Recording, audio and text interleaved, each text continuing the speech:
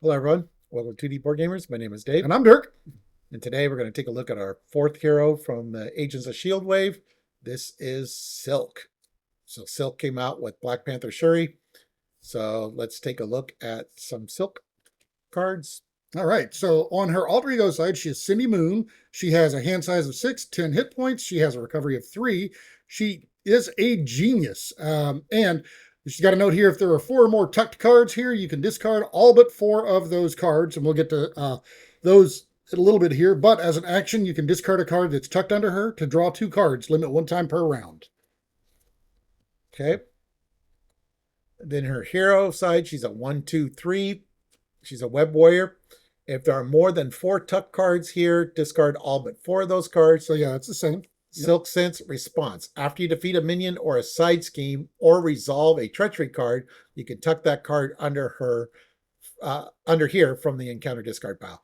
So her big thing is you have to keep track of what modular set or what encounter set, I should say, the cards are, whether it's standard or the villains or the modules. That's going to become very important when you see some of these other cards in your kit. Yep. All right, so the first thing we've got here is Smooth as Silk. So there's 2 copies of this. It's a 0-cost event.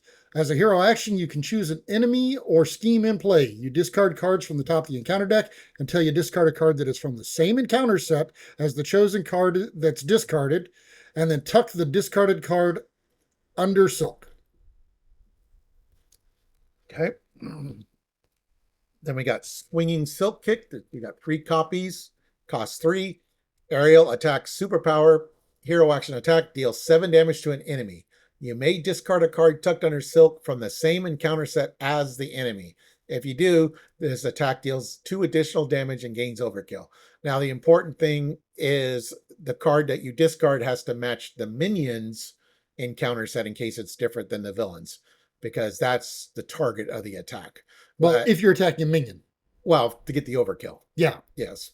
But yeah, if you attacking the villain and you just want to do 2 more damage, yeah, you could discard a villain card to get 2 more damage, I guess, if you want. Right, next we've got 2 copies of Wall Crawl. So this is a 1-cost superpower thwart event. You remove 2 thwart from a scheme, and then you choose a scheme. Remove 2 threat from a scheme. Choose a scheme. You may discard a card tucked under Silk from the same encounter set as the chosen scheme to remove 3 threat from the chosen scheme. So you could choose the same one you remove this threat from or a separate one. But the card that matches has to remove whatever that chosen scheme is. Right. So yeah, you're either removing 5 threat from a scheme or you're doing 2 and 3. Yes. All right. Then she's got a player side scheme. Get the scoop. Costs 0. Alter ego action. Exhaust your identity. Remove 2 threat from here. Any player may trigger this ability. So this is very similar to Jubilee's. When defeated, the Cindy Moon player looks at the top 2 cards of the encounter deck and tucks one of those cards under their identity, and it comes in with 4 threat. Now, what I'm trying to remember on Jubilee, though, you have to be an alter ego to thwart the threat to remove it from that one, right? Right, same thing. This one you don't. It's a standard threat. Yeah, yeah, that's true. So you could do it in hero form. Yeah, that's true. But you can do it while you're in alter ego as well. Yeah. All right, then we've got Albert Moon. So he's a 2-cost persona support. As an alter ego action, you can exhaust him and you can choose either tuck the top card of the encounter deck under Cindy Moon or heal 1 damage from Cindy Moon for each card tucked under her. Now, what you can do with this is you tuck the top card, and then if it's not one that you need or want for whatever you're trying to do, then you can turn around and use her ability to discard it to draw 2 additional cards. All right, then we got J. Jonah Jameson. Love this card. 3-cost support, persona, alter ego action, exhaust this card, search your deck and discard pile for get the scoop, which is her player side scheme, and put it into play. And as just a normal action, you can exhaust this card, remove 2 threat from a side scheme. So you could turn around and remove 2 threat from get the scoop if it was out before, or you could do it from any side scheme. And the second action you could do when you're a hero as well. Yep. But yeah, it does have to be a side scheme. You can't do the main. Yeah. All right, next we've got Eidetic Memory. So this is a 1-cost superpower upgrade. As an interrupt, whenever you reveal a card from the same encounter set as a card tucked under your identity, You can exhaust eidetic memory, swap those cards, and reveal the card that's been tucked under silk instead. So you take the one that you had tucked that you're getting rid of, and you're now revealing that one. So if you've got one out that is worse than the one that is coming up, I mean, that's worse than what you've got tucked under you, you might want to swap those cards and do that. I don't use this a lot, but I have used this. All right. Then we got organic webbing. It's a 2-cost upgrade. Superpower, silk gets +1 thwart. Exhaust organic webbing and discard a card tucked under silk, ready silk. She gains the aerial trait until the end of the round. So this just gives her a flat +1 thwart, which is nice. Yeah, so she can get the aerial trait, but it doesn't tend to be a huge part of her kit. I mean, now we've got Outwit. It's a 2-cost upgrade. It's a skill, but as a hero interrupt, whenever Silk makes a basic thwart, you can exhaust this, and she gets +1 thwart for each card tucked under the same encounter set, or each card tucked under her that matches the encounter set for the scheme that you're thwarting. So if you have built one that has a lot from one scheme, you can remove a lot from that one. Otherwise, you can remove a little bit extra from anything out there. So, all right. Then she's got Spider Claws, 2-cost upgrade. It's a weapon, hero interrupt. When Silk makes a basic attack, exhaust Spider Claws. For this attack, gets +1 attack for each card tucked under her from the same encounter set as the attacked enemy. And the attack gains piercing. So this is one of the cards where it's critical to keep track of what encounter set you're tucking under. Yep. Because you could do up to 4 if all 4 cards are from the same yeah, encounter. 4 additional is really nice. Right. Then we've got Spider Reflex is a 2-cost superpower upgrade. And as a hero interrupt, whenever Silk defends, you can exhaust this. And for the attack, she gets +1 defense for each card that matches the enemy that is attacking. So if it's the villain, it has to match their set. If it's one of the minions, then it has to match the set that the minion came from. But you'll get +1 defense for each card that matches their set. Okay. And then, also, yeah, the important part, though, is after the attack, you tuck the top card of the encounter deck under Silk. So. Okay. Then her obligation is Silk Sense Overload. Give to the Sending Moon player, force interrupt. When a card would be tucked under identity by a player card effect, tuck it under here instead. Then if there are 2 tucked cards here, you may discard this card, or you can remove it from the game instead if there are 3 or more tucked cards here. So my advice is, unless you got this early and you really need to get it out of here so you can get cards tucked, do the extra card. Yeah. So you don't have to deal with it again. I think it's worth the wait, even if it is in the beginning of the game, just to get it out of the game. Usually, yes. All right. Her nemesis minion is Morlun. 1 scheme, 1 attack, 5 hit points. He's an elite inheritor. Morlun gets +1 scheme and +1 attack for each encounter card tucked under each identity. So when defeated, discard each copy of the Spider Bride tucked under each identity. So normally, it's going to be like +4 if Silk, but as you can see, when you see this encounter set or this nemesis set, there are a way for other people to get cards tucked under them, which then fuels him up. Yeah, normally she's the only one that tucks cards, but there are ways for other people to get them coming up. Right. And it says identities, right? Yep. Discard each identity. Yeah, because like the Gambit ally that you tuck a card under, that wouldn't count. Right. So it's got to be just that you tuck. All right. Then we've got the Great Hunt is the side scheme, and it comes in with 2 threat. And when revealed, you place 1 additional threat here for each card tucked under each identity, and it has a hazard symbol on it. So yeah, this one could potentially come in with 4, unless other cards can, coming out here in a second, can bump it even more. All right. Then we got Hunting the Spider Bride. We got 3 copies of this. It's a Surge. When revealed, if you have 4 cards tucked under your identity, discard one of those cards at random and tuck this card instead. Yeah, so at random. I hate that. Yeah. And so, this is messing with what you've got all set up. And then after a player card effect discards this card from under an identity, the identity takes 2 damage. So if there's a way to get rid of a tuck card from a player card, then you're going to take some damage. And this is a way that a non-silk character in a multiplayer game could get a card tucked under them. Yep. Which then fuels Moreland. Yep. All right. So silk is pretty straightforward. There's not the only real concept that we kind of thought of that's unique to her would be Web Warrior. Other than that, she can play any aspect just like any other hero. So we didn't. So we kind of leaned on the Web Warrior. Yeah, she's one of those kind of heroes that she plays really well. I mean, with her kit synergizes with itself really well. Yeah. But it doesn't necessarily synergize with anything outside of it as far as major groupings and stuff, except for the Web Warrior piece. Right. Which, yeah. So for aggression, we have one card. We got Spider Woman, Jessica Drew, 3 hit points, 1 thwart, 2 attack, 3 hit points, shield, Web Warrior. After a Web Warrior ally, including this one, enters play, deal 1 damage to an enemy. In Justice, we have Lady Spider. So she is a 4-cost ally. This is the May. What's her last name? May Park or May Riley. May Riley. Yeah. So May is a 4-cost ally with 4 hit points. She thwarts for 2, attacks for 2. She does take double consequential on either one of those. But after she thwarts and removes threat from a scheme, if you control another Web Warrior, you can remove an equal amount from a different scheme. So she's actually really good whenever you're whenever you've got multiple schemes out. Yeah, I believe that's Aunt May's maiden name. So I think that's okay. I think that's Aunt May from from another universe who never married Ben Parker. Okay.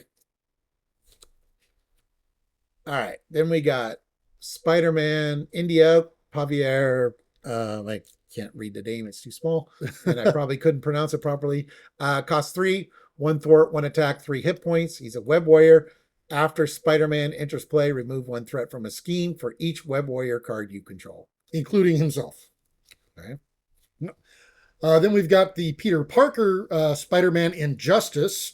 He's a 2 thwart, 2 attack. He costs 5. He's got 4 hit points. He is an Avenger. But after you play him from your hand, you remove 3 threat per player from a side scheme. So it does have to be a side scheme, but it can remove quite a bit, especially if you're talking in a multiplayer game. Right. So if you have him out, then you qualify for this card. Yes. Investigative Journalism, 2-cost event, team up Cindy Moon and Peter Parker, max 1 per deck.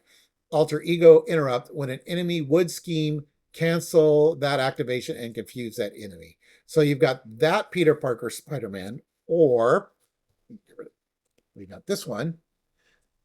Yeah, this one is in basic, so he can be played with any aspect.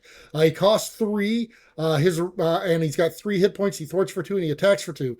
He does require you to play an energy, mental, and a strength to pay for him.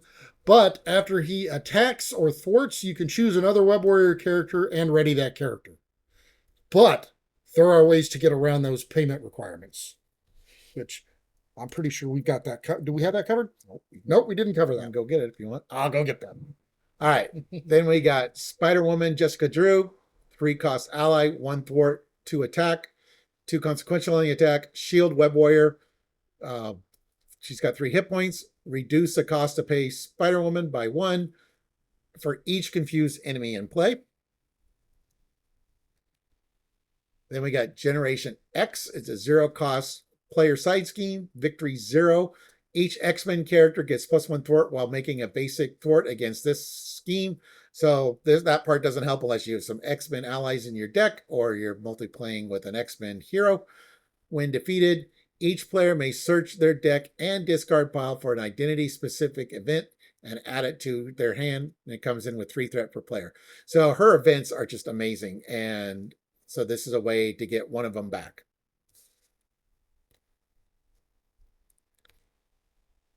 Then we got, for leadership, we got Spider-Man 2099. He costs 4, 2 thwart, 2 attack. They both have a star.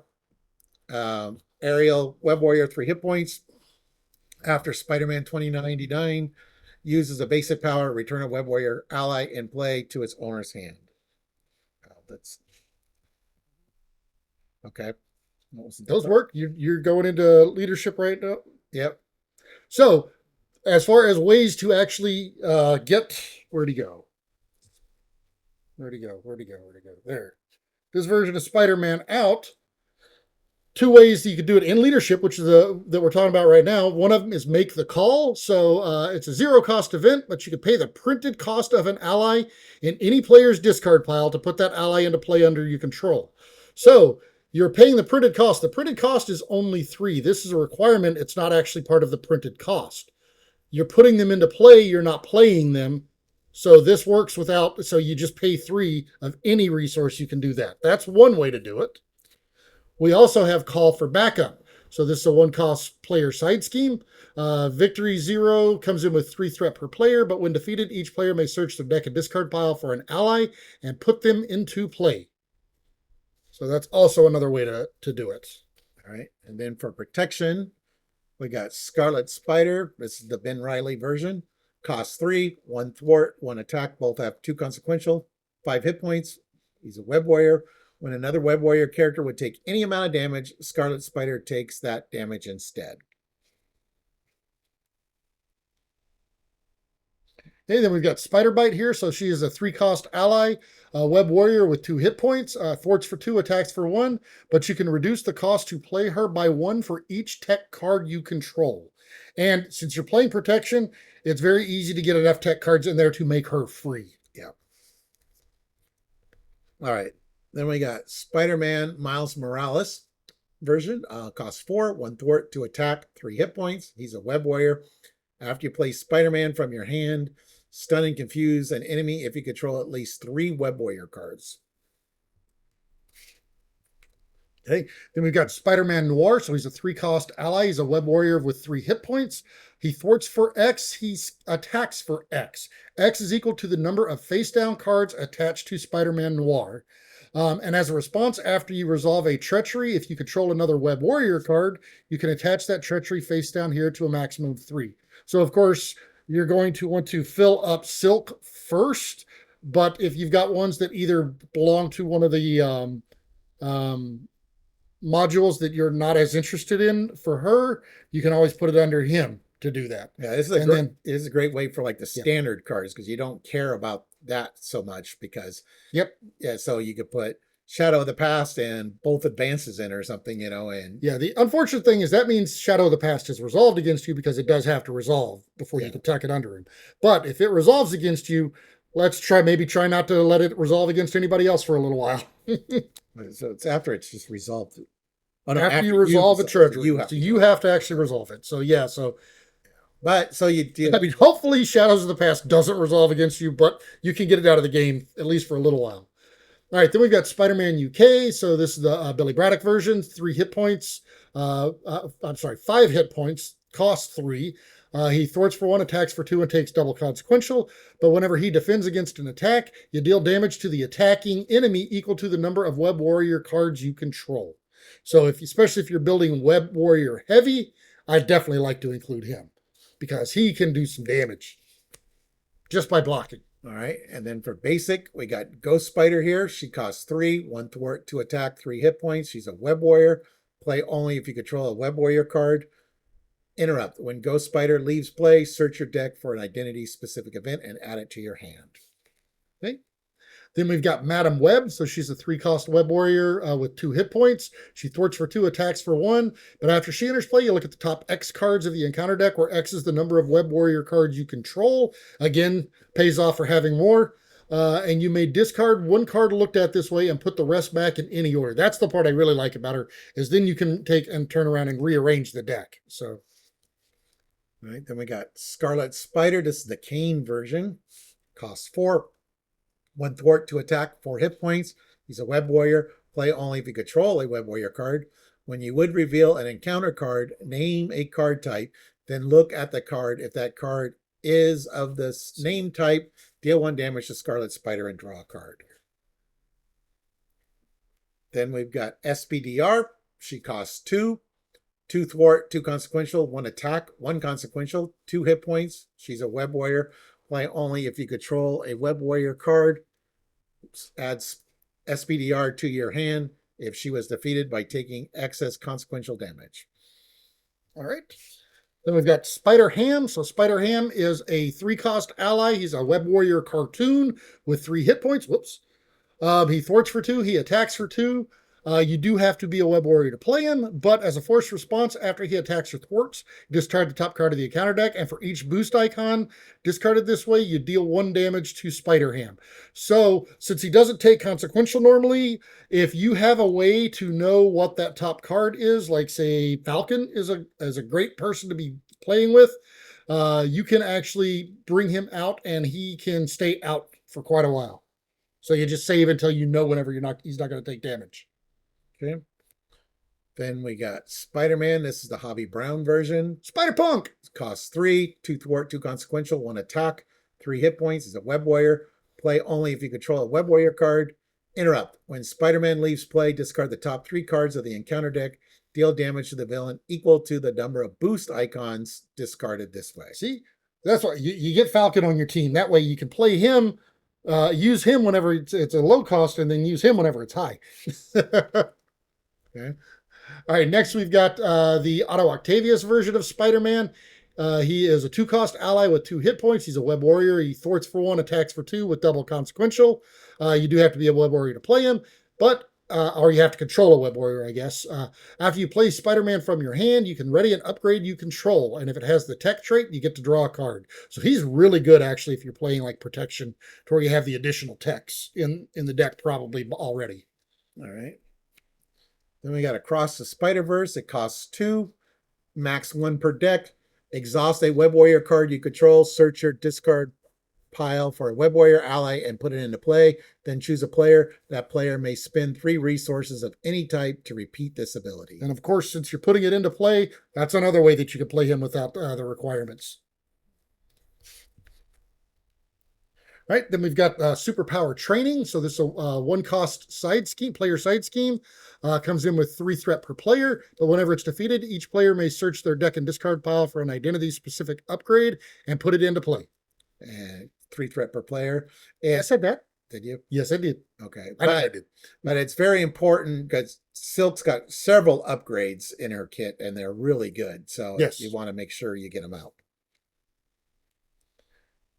All right, then we've got team building exercise. So there's 2-cost support. You exhaust team building exercise. Play a card from your hand that shares a trait with your hero, reducing the cost by 1. Okay. Then we got the Web of Life and Destiny. Cost 3. Location Web Warrior. Ignore the card's resource card if your identity has the Web Warrior trait, which you do in hero form anyways. After a Web Warrior ally leaves play, choose a player. That player draws a card. Okay. And it does not have to be the same player that the ally belonged to. And it does not have to be one of your allies that leaves play. All right, then we've got Death Focus. It's a 1-cost upgrade, max 1 per player. You can exhaust Death Focus to reduce the resource cost of the next superpower card you play this turn by 1. And she has quite a few superpowers, so it's a really good card. And then the final card we have is Ingenuity. Costs 2. Skill, play only if your identity has the Genius trait, which you do in Alter Ego, max 1 per player. Resource, exhaust Ingenuity to generate a mental resource. Okay. All right. There she is. So, yeah, that was our look at the Silk Hero. She's pretty fun. I do like there's kind of a couple strategies. I've done one where I try to get all like just villain cards under, so then you get a +4 to your attack and defense against the villain. And then sometimes I'll mix it like 2 and 2 if there's like a lot of minions in an encounter set, to be able to diversify. Yeah, and it's hard it's kind of hard to control, a little bit, a little bit to get to that. Because the other thing is you can just tuck a card that a really annoying encounter. Yeah, that's what I was going to say right there. I've done that before. Yeah, like you just like say, Shadow of the Past, no thank you. Yeah, and especially if you can get that card tucked without having to let it resolve first. Yeah. Then you can, because you've got a couple of ways to tuck without having to do that. Then yeah, you can keep one of those really nasty cards from ever hitting the table. Yeah, there's some blind draws. The Silk Sense, I think it's called, or I don't know, a couple of them. Albert does it.